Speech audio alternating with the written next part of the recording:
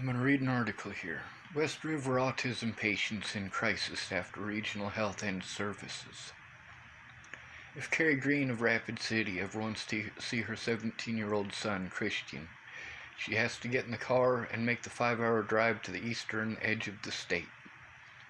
She has to do this because her son has autism, and the closest place that can offer him the level of care he needs is in Sioux Falls, nearly 350 miles away from their home in Rapid City. It's not easy, Green, 35, said on Friday morning, a few hours before she would get behind the wheel to make the trek once again, but it's my son. Green's family is one of an estimated 200 in Rapid City with a member who has a diagnosis of autism spectrum disorder. Until recently, whenever these families needed to go somewhere to help calm their autistic children, brothers, sisters, or spouses, they could take them to Rapid City Regional Behavioral Health Center at 915 Mountain View Road. It's going to be a lot more interesting, by the way. But as of last week, that option is no longer available, and the only alternatives for inpatient or residential care for individuals seeking treatment for autism are hundreds of miles away. We're at a crisis point, said Sally Burns, president of the Autism Society of the Black Hills. We don't have a facility to take people, especially children with autism. Last week, Rapid City Regional sent out a letter announcing that beginning February 1st, the hospital's behavioral health center would no longer be accepting patients who have neurodevelopmental or cognitive disorders such as dementia, Alzheimer's disease, or autism spectrum disorder. You see where they put us?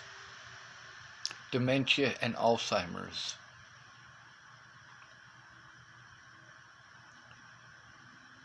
For families and individuals dealing with those conditions, the news was devastating. In a city with a population of over 70,000, to have that as our only option, and now that being taken away from us, is very, very frightening, Green said. Yeah, imagine how frightening it is for us. The change is being made, hospital officials have clarified, because the behavioral health unit is not equipped to handle individuals with extreme cases of the listed diagnoses who have a history of violence. Here's the problem. Most of us aren't violent. We're abused to the point that we're scared enough that we have to defend ourselves. When we're taken into a place like this, it's even more stressful. When you have a problem and you're having communication issues because it is such a serious problem, and as a result, nobody listens to you. Your parents don't listen to you. Your friends don't listen to you. They talk over you and tell you how to think and how to feel. Be just like them. Well, Adolf Hitler tried to do that, and it didn't work for him either, did it? Many of us were backed into a corner, literally backed into a corner. People won't listen to us because they want to treat us like we're schizophrenic, or what's the ones that they had here, dementia or Alzheimer's. No, overwhelmed is not the same thing. It says, but while Rapid City has residential senior living facilities that can accommodate persons with dementia or Alzheimer's, there is no other facility that can handle autistic individuals. Yeah, it's the same everywhere. Nobody cares about the autistic. It's how you treat us that is the problem. It's not our issue. In the right environment, we do extremely well. But you don't listen to us because Alzheimer's, dementia, schizophrenia, that's the category you fucking put us in. We didn't put ourselves there. We didn't make you treat us the way that you treat us. The Centers for Disease Control and Prevention describes autism spectrum disorder as an incurable developmental disorder that can result in a wide range of social, communication, and behavioral challenges. Manifesting in childhood, the disorder can significantly affect how a person with a diagnosis learns, responds to emotions, and relates to the people around them. Children with autism, they have trouble with change. Adults too. Burns said. They have trouble with sensory issues, They are most likely unable to communicate their thoughts and feelings, so they become very frustrated, and that frustration sometimes comes out in a more physical or violent way. That's right. It's because you guys don't listen. You talk over us and expect us to think and feel the way that you do when you people are all fucking insane. When you scare somebody into a corner and they need help, like somebody who's autistic, they're trying to tell you that there is an issue at home, and you're treating them like there must not be an issue at home because they're autistic. It must be their fault. And then you want to put the drugs in them and do things that are scary to them. You don't expect them to react violently, especially to people who have reacted to them violently, repeatedly, over and over and over again. The police reacting to us violently, treating us like we're on fucking drugs. When we try to get help, we have to have somebody there with us in person, or that diagnosis. Just the idea of that diagnosis is enough to prevent an officer from doing their fucking job. That right there is why officers assume that you are in the wrong. You must be wrong. Look at the things they classify autism with. Most of these people have better memories than anyone you'll ever meet, but they're put in there with dementia and Alzheimer's and schizophrenia. No, they're overwhelmed. There's a difference between overwhelmed and having dementia, Alzheimer's, or schizophrenia. Anyway, frustration sometimes comes out in a more physical or violent way. You know, every place that I've been, people have been physical and violent and loud. Every place that I've been. Does that mean that all of these people are autistic? All of these people are autistic? No, it doesn't. These people are violent, but they're not autistic. They're on drugs or they're on alcohol. So I get stuck in the same category as those assholes because I don't have someone to explain, hey, he's not fucking drunk, he's not on fucking drugs, he's not schizophrenic. He does know what the hell is going on. It's the fact that you're not listening that is putting him in the position where he is as scared as he is and doing the things that he has to do to try to defend himself against your shitty fucking opinions. Anyway, it says that's when they become dangerous to themselves and others. No, you are the danger to us. You are the danger to us. We are reacting to your abuse. To the fact that we must be retarded because we're different. We must be wrong because we're different. And morally, yeah, most people with autism have more moral understanding than any of you will ever know because we have been kicked repeatedly. Some people have loving families who actually pay attention, who actually listen. When we're being bullied at school, we can't defend ourselves. We're automatically in the wrong for defending ourselves against bullies. We're automatically the bad guy when we defend ourselves against bullies. I did that in high school. I defended myself against bullies. One named Zach Metcalf wouldn't leave me alone. He even assaulted me. Thought it was funny. I got kicked out of school and he didn't. I only punched him once. He shouldn't have put his hands on me. He shouldn't have been pestering me and picking on me. I just wanted to be left alone.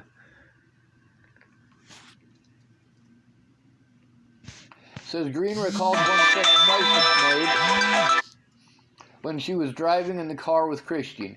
He started punching me in the side of the head. Now that right there, that's a different kind of autism all over. That right there is somebody who is severely autistic. Somebody who probably doesn't have the ability to speak. And if he does, not very well. It says, he started punching me in the side of the head, Green said. We made it home and we sat there a second. He said, I love you, Mom. Well, he does speak. So what is it that triggered this? And got out of the car like nothing even happened. As he was walking up to the house, he turned around, realized what he had done, and started crying. He went in the house, and I could hear my house being ripped apart. Green also has a 4-year-old daughter named Brooklyn. I always think What would happen if he went into that mode when she was with me, Green said. I could have been knocked out and we could have crashed. And that's a good point to be made. This kid is obviously in a situation where he does need live-in. But it needs to be close enough for him to see his loved one so he doesn't freak out.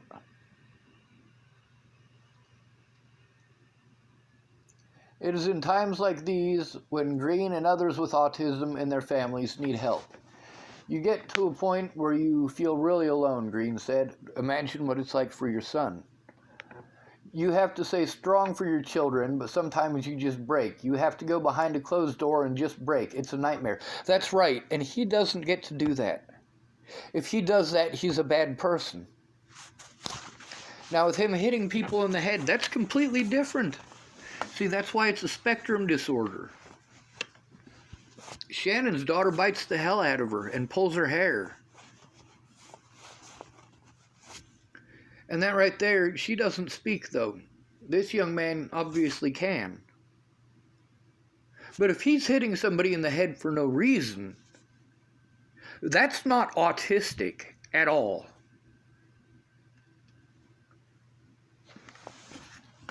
There is something that triggered him. What is it that triggered him? Do you not know what your son's triggers are? For me, my triggers are backing me into a corner and trying to force drugs into me. Trying to assault me instead of taking a police report. Treating me like I'm fucking retarded. My friends dying, being separated from my loved ones, having to move all the fucking time. Moving is stressful for me. Not having a routine is stressful for me. But let's continue with this. And it is a nightmare. Green has had to take Christian to regional behavioral health on several occasions, enrolling him in the inpatient unit there for between a week and a month at a time. Medication isn't enough, Green said. He doesn't need medication. Well, in this case, he might, but you need to find out what it is that's going on there other than autism. Now, for Shannon's daughter, her daughter can't tell her what the issue is. That's where that violence comes from. This guy here, like, is there an issue that he was trying to turn in and people didn't want to listen?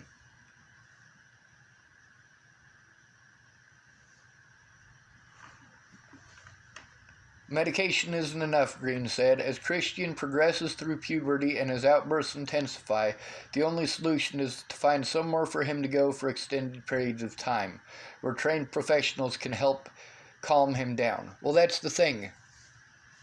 I need a safe environment where I can actually communicate, where I am not having these communication issues. Most of these places make the communication issue worse. Being talked to like we're retarded, by our own families even, like that's difficult to handle.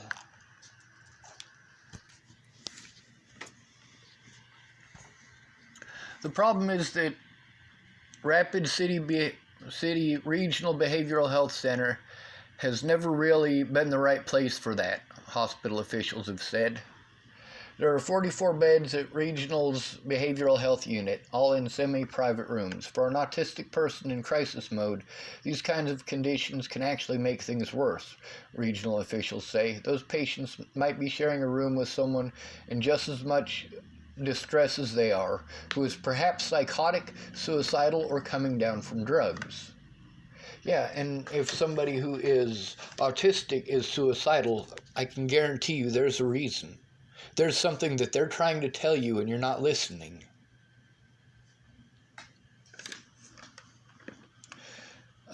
You throw a kid with autism and the drugs thing. I'm not in behavioral health unit and I'm still having to deal with people coming down from drugs. I still have to deal with people who have suicidal fucking ideations every day and people who have psychotic fucking episodes every day. I'm freaking out. That's what's going on with me.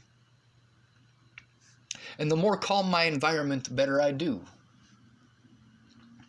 You throw a kid with autism in there who craves structure, and that can be a very explosive environment for them, said Dr. Mark Gary, a psychiatrist who works at Regional's Behavioral Health Center. The behavioral health unit will continue to take in other potentially violent individuals with, for instance, schizophrenia or bipolar disorders. Now, being bipolar, that right there is not a violent condition. It's how you treat them, like they're schizophrenic, that results in that violence. They are scared, they are backed into a corner, and you are allowed to hit them. They can't hit you back. If you hit them, then it's your word against theirs, and you're not bipolar. So you automatically win. If they hit you, it must be because they're bipolar, not because of anything that you're doing to them. And that's wrong too.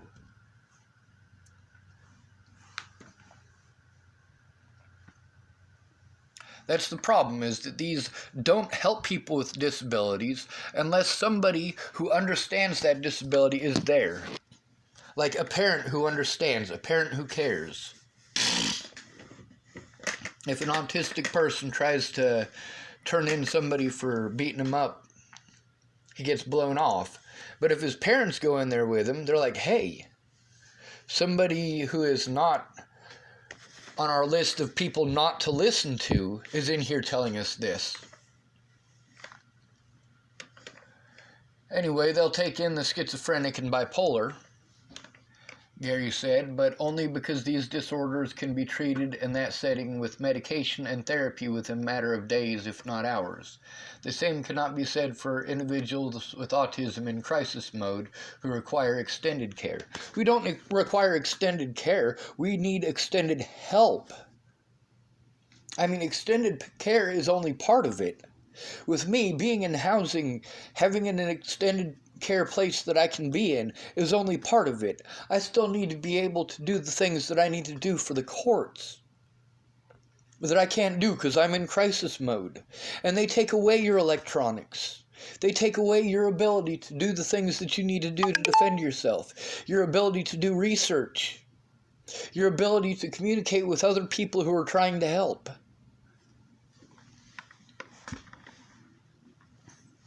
From now on, Gary said, if someone with autism and their family goes to the Rapid City Regional Emergency Room or Behavioral Health Unit looking for help, the individual with autism will be stabilized or sedated. I'm trying to tell you about people threatening my life, and you sedate me. I try to tell you about somebody who raped me, and you sedate me. I tell you that my dad is doing fucked up shit to me, so you sedate me and send me home. Or you talk over me so that you don't even hear what's going on at home. And you're so busy talking over me that I can't trust you anymore. Now I, as an autistic person, can't talk to you. I need to find someone else. You have already betrayed my trust by not listening, by throwing your opinions at me. Stuff your opinions, it's a spectrum, we're not all the same.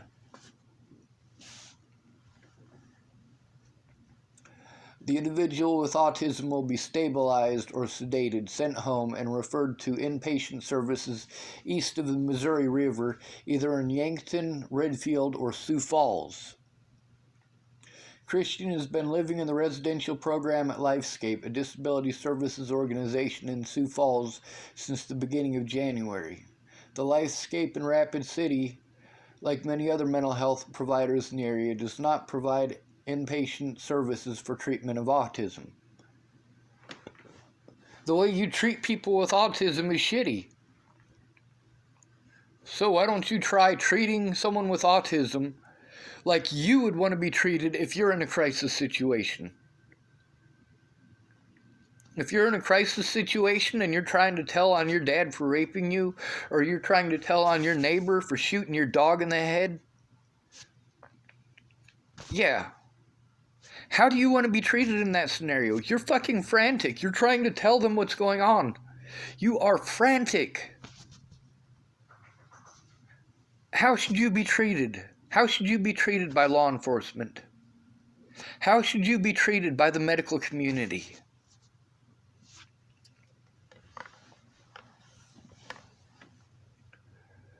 Does not provide inpatient services for treatment of autism. You don't treat autism. You treat someone with autism like they're a human being. Most of these people don't realize how much different they treat me than anyone else.